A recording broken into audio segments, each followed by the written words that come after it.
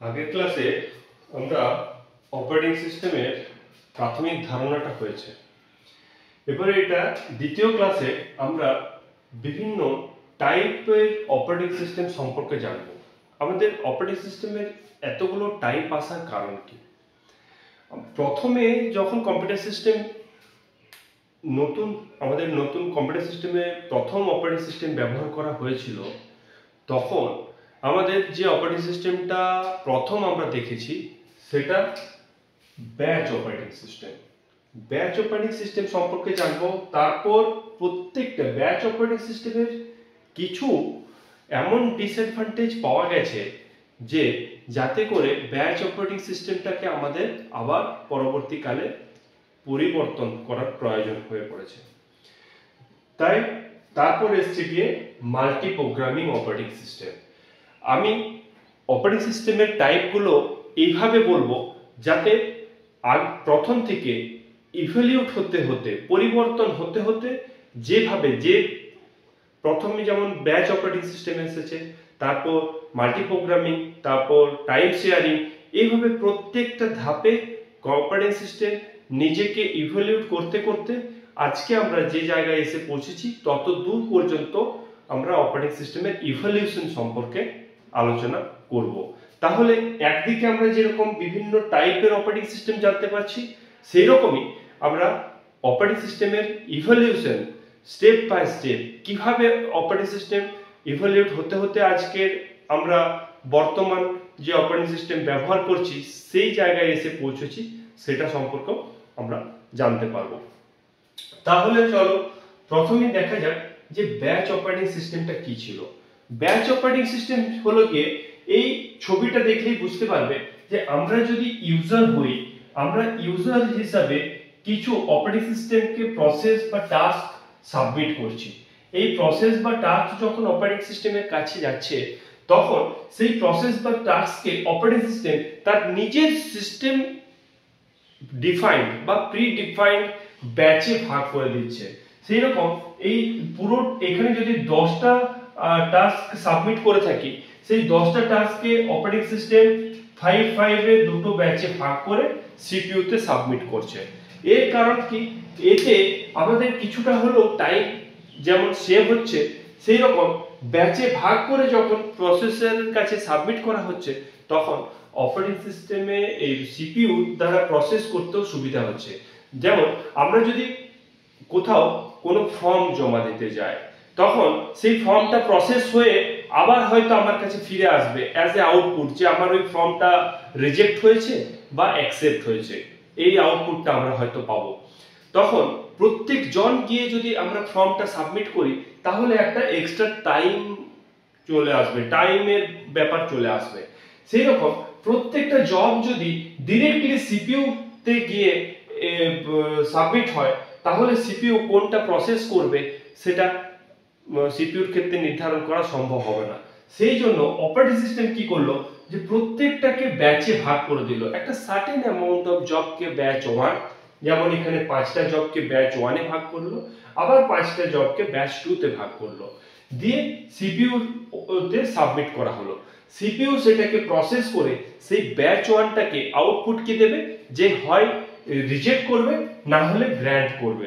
তাহলে দেখা যাচ্ছে এখানে ব্যাচ অপারেটিং সিস্টেমের ক্ষেত্রে যে যদি ব্যাচ অপারেটিং সিস্টেম আমরা ইউজ করি তাহলে আমাদের সময়টা যেরকম কম লাগছে, কিছু ডিসঅ্যাডভান্টেজ দেখা গেল। কি কি ডিসঅ্যাডভান্টেজ দেখা গেল ব্যাচ অপারেটিং সিস্টেমের ক্ষেত্রে? যে কিছু ক্ষেত্রে দেখা যাচ্ছে যে ওই যে প্রসেসগুলোর মধ্যে কোনো একটা প্রসেসে যদি এরর বা কোনো ত্রুটি দেখা যায় তাহলে পুরো ব্যাচটা রিজেক্ট হচ্ছে। তাহলে যদি ব্যাচ 1 এ যদি একটাও এরর থাকে তাহলে ব্যাচ 1টাকে টোটাল রিজেক্ট করে দিচ্ছে, বাকি ওই ব্যাচের আদার্স প্রসেসগুলোকে এক্সিকিউট করার কোনো সুযোগই দিচ্ছে না। তখন ব্যাচ 2 যদি সব প্রসেসগুলো সঠিকভাবে সাবমিট হয়ে থাকে তবে ব্যাচ 2টা গ্র্যান্ট হচ্ছে। তাহলে দেখা যাচ্ছে যে আমি যেমন যদি 5টা ফর্ম দিয়েছিলাম, 5টা ফর্মে গিয়ে দেখা গেল যে একটা ফর্মে আমার মিস্টেক আছে, সেই একটা ফর্মের জন্য 5টা ফর্মকে রিজেক্ট করে দেওয়া হলো। তাহলে কি হলো, এখানে বেশ একটা যেমন সময়ের অপব্যবহার হলো সেরকম কিছু রিসোর্সও আমাদের ওয়েস্ট হলো, রিসোর্সেরও টাইম ওয়েস্ট হলো। সেই জন্য আমাদেরকে নেক্সট আমরা দেখতে পাবো যে মাল্টি প্রোগ্রামিং সিস্টেম। হ্যাঁ, ব্যাচ অপারেটিং সিস্টেমে তো একদমই ইউজারের ইন্টারাকশন ছিল না।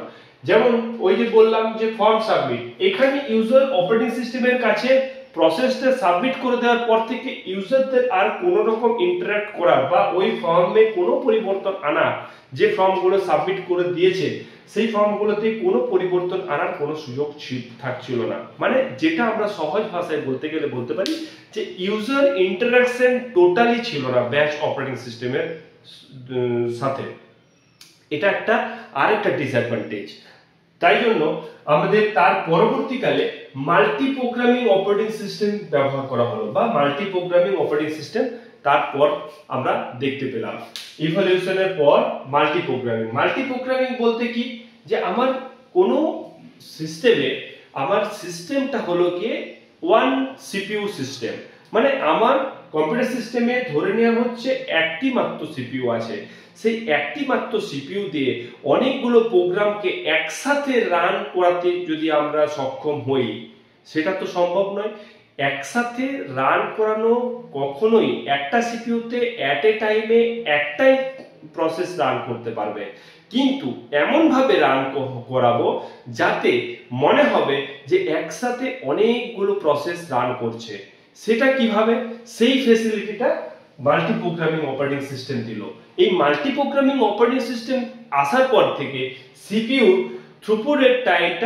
থ্রুপুটটা বেড়ে গেল। থ্রুপুট বলতে কি বুঝবো, এই যে আমরা একটা নতুন টার্ম শিখছি যে থ্রুপুট হলো গিয়ে, আমি যদি বলি যে তুমি এক মিনিটে 4টে অঙ্ক করতে পারো, তাহলে তোমার ওই ইউনিট টাইম বা 1 মিনিট সময়ে তোমার ম্যাথের থ্রুপুট হলো গিয়ে তোমার 4। সেই রকমই একটা সিপিইউ যদি কোনো একটা নির্দিষ্ট বা একটা ইউনিট টাইমের মধ্যে যতগুলো প্রসেসকে এক্সিকিউট করাতে পারবে, সেইটা হলো গিয়ে বা সেই নাম্বারটা বা সেই সংখ্যাটা হলো গিয়ে সেই সিপিইউ থ্রুপুট। তো এখানে দেখা যাচ্ছে যে আমি এই সিপিইউতে এতগুলো, এটা সেকেন্ডারি মেমোরি, এই সেকেন্ডারি মেমোরির মধ্যে অনেক জব আছে। সেই জবগুলোর মধ্যে যে প্রসেস বা জব বা প্রসেস, সেই প্রসেসগুলো যখন সেকেন্ডারি মেমোরিতে থাকে তখন সেটাকে বলা হয় প্রোগ্রাম, কিন্তু যখন সেটা রেডি কিউতে চলে যায় তখন সেটা হয়ে যায় প্রসেস। কি বললাম, প্রসেস। তাহলে এটা রেডি কিউতে যখন চলে এলো, এই প্রোগ্রামগুলোর মধ্যে যেই প্রোগ্রামগুলো আমার এক্সিকিউশন করানোর প্রয়োজন সেগুলোকে আমি সেকেন্ডারি মেমোরি থেকে সিলেক্ট করলাম। সিলেক্ট করার পর সেটা রেডি কিউতে গেল, এটাকে বলা হচ্ছে রেডি কিউ। মানে যেরকম আমরা লাইন দিয়ে দাঁড়াই, যে প্রথমে এসছে তাকে আগে দাঁড়াতে দিতে হয় এবং যে তার পরে এসছে তার পরে দাঁড়াতে দিতে হয়, সেই ঠিক সেভাবে রেডি কিউ সাজিয়ে নেয় প্রত্যেকটা প্রসেসকে, কে আগে এক্সিকিউট হবে কে পরে এক্সিকিউট হবে। তো সেইটা এটা গিয়ে হলো, এটা মেন মেমোরি। হ্যাঁ, এটা মেন মেমোরিতে চলে এসছে। এটা মেন মেমোরিতে চলে আসার পর এটা প্রসেস হয়ে গেল। এই প্রসেস, এটা আমি ডিটেইলসে যখন প্রসেস ম্যানেজমেন্ট তোমাদেরকে দেখাবো সেটা ডিটেইলসে আলোচনা করব। শুধুমাত্র এখানে মাল্টি প্রোগ্রামিং এর কনসেপ্টটা বলতে গিয়ে যতটুকু দরকার আমি ততটুকু এখানে বলছি, যে এই যে প্রসেসগুলো সাজানো হয়ে গেল, এই প্রসেসগুলোর মধ্যে কোনটা সিপিইউ পাবে। ধরা হলো যে কোনো একটা প্রোগ্রাম, এটাকে সিপিইউটাকে অ্যাজ এ স্টেজ ধরতে পারি, যে এতগুলো পারফর্মার আছে, এই পারফর্মার গুলো ওই স্টেজে কিছু না কিছু পারফরম্যান্স করবে। তো এই পারফর্মাররা এই সিপিইউতে যে কোনো একজন সুযোগ পাবে, কারণ একটা স্টেজে আর তো একজনই পারফর্ম করতে পারবে। তাহলে ধরা হলো যে P2 প্রসেসটাকে পারফর্ম করার সুযোগ দেওয়া হলো। তাহলে এই P2 যখন সিপিইউতে ঢুকলো, সিপিইউতে ঢোকার পর ও পারফর্ম করতে করতে কিছু তার কস্টিউম চেঞ্জ বা ড্রেস চেঞ্জের জন্য তাকে ওয়েটিং কিউতে ওয়েট করতে যেতে হলো। তখন কি সিপিইউটা ফাঁকা থাকবে? না, সিপিইউ ফাঁকা থাকবে না। তখন অন্য আরেকটা প্রসেস P2 যখনই বেরিয়ে গেল, P3 কে ওখানটা ছেড়ে দেওয়া হলো সিপিইউটা। এটাই হলো গিয়ে মাল্টি প্রোগ্রামিং কনসেপ্টের প্রধান বৈশিষ্ট্য। যে যখনই কোনো কারণে ওয়েটিং কিউতে বা ইনপুট আউটপুটের জন্য কোনো প্রসেস তার ওয়েটিং স্টেটে বা ব্লক স্টেটে যাবে, তখনই তাকে সিপিইউ কে আদার্স একটা প্রসেসকে ছেড়ে দিতে হবে। তাহলে কি হচ্ছে, তাহলে এই কনসেপ্টটাকে যদি কাজে লাগানো যায়, এই সিপিইউ থ্রুপুটটা বেড়ে যাচ্ছে।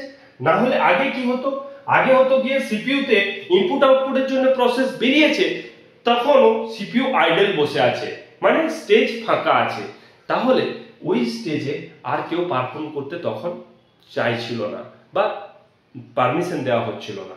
তাহলে কি হচ্ছে, ওই যে আমার যে প্রোগ্রামের টাইমটা, আমার এই 5 জনকে প্রোগ্রামে পারফর্ম করাতে যে টাইম লাগবে, তখন যদি ওই স্টেজকে ফাঁকা রাখা হয় তার থেকে অনেক বেশি টাইম লাগবে। এটাকেই বলা হচ্ছে সিপিইউ এক্সিকিউশন টাইম লার্জার হবে বা বড় হবে। এই এক্সিকিউশন টাইমটাকে কমানোর জন্যই মাল্টি প্রোগ্রামিং অপারেটিং সিস্টেম কে ইন্ট্রোডিউস করা হয়েছে। তাহলে মাল্টি প্রোগ্রামিং অপারেটিং সিস্টেমের ধাপগুলো বা স্টেপগুলো কি কি? Programme loading. প্রোগ্রাম লোডিং কোথা থেকে হয়? সেকেন্ডারি মেমোরি থেকে মেইন মেমোরিতে যখন লোড হয় তখনকে বলা হচ্ছে প্রোগ্রাম লোডিং। তারপর প্রোগ্রাম এক্সিকিউশন, রেডি কিউ থেকে যখন সিপিইউ তে প্রোগ্রাম যায় তখন সেটাকে বলা হচ্ছে প্রোগ্রাম এক্সিকিউশন। তারপর input output handling. Input output বলতে এই যে রান করতে করতে হঠাৎ করে কোনো একটা প্রসেসের মনে হলো যে আমার ইনপুট আউটপুটের প্রয়োজন আছে, তখন ওই প্রসেসটা ইনপুট আউটপুট বা ওয়েটিং কিউতে চলে এলো, তখন সেটাকে বলা হচ্ছে ইনপুট আউটপুট হ্যান্ডলিং। তারপর সিমলেস সুইচিং। সুইচিং বলতে এখানে এই যে একটা প্রসেস থেকে আরেকটা প্রসেসে জাম্প করা হচ্ছে, সুইচ করা হচ্ছে, এটাকে বলা হচ্ছে কনটেক্সট সুইচিং বা সুইচিং। ঠিক আছে, কনটেক্সট সুইচিং বলতে এই যে P2 রান করছিল, P2 থেকে P3 তে জাম্প করলো, P2 এর কিন্তু রান টাইম তখনও বাকি আছে, আরো রান করতে হবে, P2 কে আবার ওই সিপিইউ তে আসতে হবে, কিন্তু ওই সিপিইউ আইডল না রেখে ওই সিপিইউ কে P3 কে ছেড়ে দেওয়া হলো। তাহলে ওই P3 তখন আবার রান করতে, তখন মনে হলো যে P2 আর P3 একসাথে এক্সিকিউট করছে।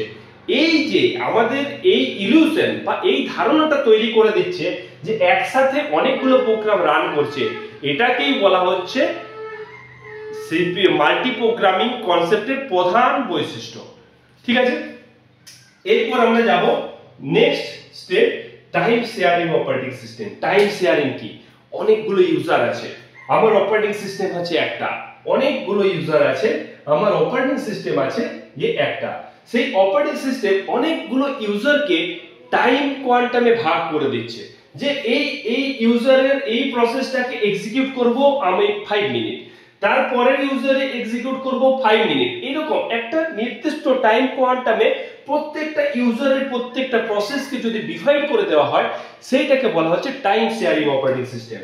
যেমন এখানে যদি এই ইউজার 3 অ্যাক্টিভ স্টেটে থাকে, তাহলে ইউজার 3 5 মিনিট কাজ করার পরে আবার এই যে সিপিইউ ও টার্ন করবে কোথায়, সুইচ করবে কোথায়, ইউজার 4 এ। ইউজার 4 তখন এখন ওয়েটিং এ আছে, তখন হয়ে যাবে অ্যাক্টিভ স্টেটে, তখন অ্যাক্টিভ স্টেটে চলে যাবে, আবার 5 মিনিট পর্যন্ত রান করবে, তারপরে চলে আসবে আবার ইউজার 1 এ, তখন এই যে ওয়েটিং স্টেটে আছে সেটা আবার অ্যাক্টিভ স্টেটে চলে যাবে। এইভাবে সার্কুলেশন হবে যে প্রত্যেকটা ইউজার তার নিজের প্রসেসকে রান করার জন্য অপারেটিং সিস্টেমের কাছে একটা নির্দিষ্ট টাইম পাবে। যেমন আমরা পরবর্তীকালে যখন ওই শিডিউলিং করব, যেমন রাউন্ড রবিন শিডিউলিং অ্যালগরিদম যখন জানবো, তখন দেখব যে এই অপারেটিং টাইম শেয়ারিং সিস্টেমকে কাজে লাগিয়ে রাউন্ড রবিন শিডিউলিং ব্যবহার করা মানে তৈরি হচ্ছে। তাহলে এর যে স্টেপগুলো, রিসোর্স অ্যালোকেশন বলতে যে আমি আমার কোন রিসোর্স গুলোকে সিপিইউ তে এক্সিকিউশন করব, মানে কোন রিসোর্সকে আমি সিপিইউ দেব, সেটাই হলো কি রিসোর্স অ্যালোকেশন, যেটা আমি মাল্টি প্রোগ্রামিং এ বলার সময় বলে এসেছি যে কোন কোন প্রসেস বা কোন রিসোর্স গুলোকে সিপিইউ তে এক্সিকিউশন হওয়ার সুযোগ দেব, সেটাকে বলা হচ্ছে রিসোর্স অ্যালোকেশন। জব এক্সিকিউশন বলতে আমি রিসোর্স অ্যালোকেশনের পর যে জবগুলো মানে যে রিসোর্স গুলোকে সাবমিট করা হলো সিপিইউ তে, সেগুলোকে এক্সিকিউট করা হবে। কিভাবে এক্সিকিউট করবে সেটা অপারেটিং সিস্টেম নির্ধারণ করবে। এরপরে টাস্ক টাচ সুইচিং মানে এই যে সুইচ করছে একটা ইউজার থেকে আরেকটা ইউজারে, যেমন একটা সার্কেলের থ্রু দিয়ে সুইচ করছে 5 minute 5 minute 5 minute 5 minute 5 minute 5 minute 5 minute, প্রত্যেকটা ইউজারের প্রত্যেকটা প্রসেসকে একটা নির্দিষ্ট টাইম কোয়ান্টাম দিয়ে সেই যে ওই নির্দিষ্ট টাইম কোয়ান্টাম ওভার হয়ে গেলে অটোমেটিক্যালি সেই প্রসেস থেকে আরো আলাদা প্রসেসে বা একটা জব থেকে আরেকটা আলাদা জবে সুইচ করে যাচ্ছে। এইটাই হলো গিয়ে টাইম শেয়ারিং অপারেটিং সিস্টেমের ধারণা। তাহলে আজকে আমরা এই তিন ধরনের অপারেটিং সিস্টেম সম্পর্কে বিস্তারিত আলোচনা করলাম। Batch operating system, batch operating সিস্টেমে প্রথমে কি হচ্ছে, জব সাবমিশন হচ্ছে, জব সাবমিশন হওয়ার পরে সেটাকে ব্যাচে ভাগ হচ্ছে, এই যে ব্যাচ ক্রিয়েশন মানে এই যে ব্যাচ 1 ব্যাচ 2 দুটো ব্যাচে ভাগ হলো। তারপরে জব এক্সিকিউশন, ওই ব্যাচগুলো সিপিইউ তে সাবমিট হওয়ার পর এক্সিকিউট হলো, জব এক্সিকিউশন পর আউটপুট হ্যান্ডলিং, সিপিইউ তে এক্সিকিউট হওয়ার পর কোন ব্যাচটা গ্র্যান্ট হলো কোন ব্যাচটা রিজেক্ট হলো এটা হলো গিয়ে আমরা আউটপুট সিপিইউ থেকে জেনারেট করতে পারছি। তাহলে এই চারটে স্টেজের মধ্যে আমরা ব্যাচ অপারেটিং সিস্টেম বুঝতে পারলাম। এরপরে এই চারটে স্টেপের মধ্যে মাল্টি প্রোগ্রামিং অপারেটিং সিস্টেম আমি ডিটেল ডিসকাস করলাম। তারপর আমরা শিখলাম time sharing operating system. Next দিন আমরা নেক্সট ক্লাসে আরো তিনটে টাইপের অপারেটিং সিস্টেম সম্পর্কে জানবো। Thank you.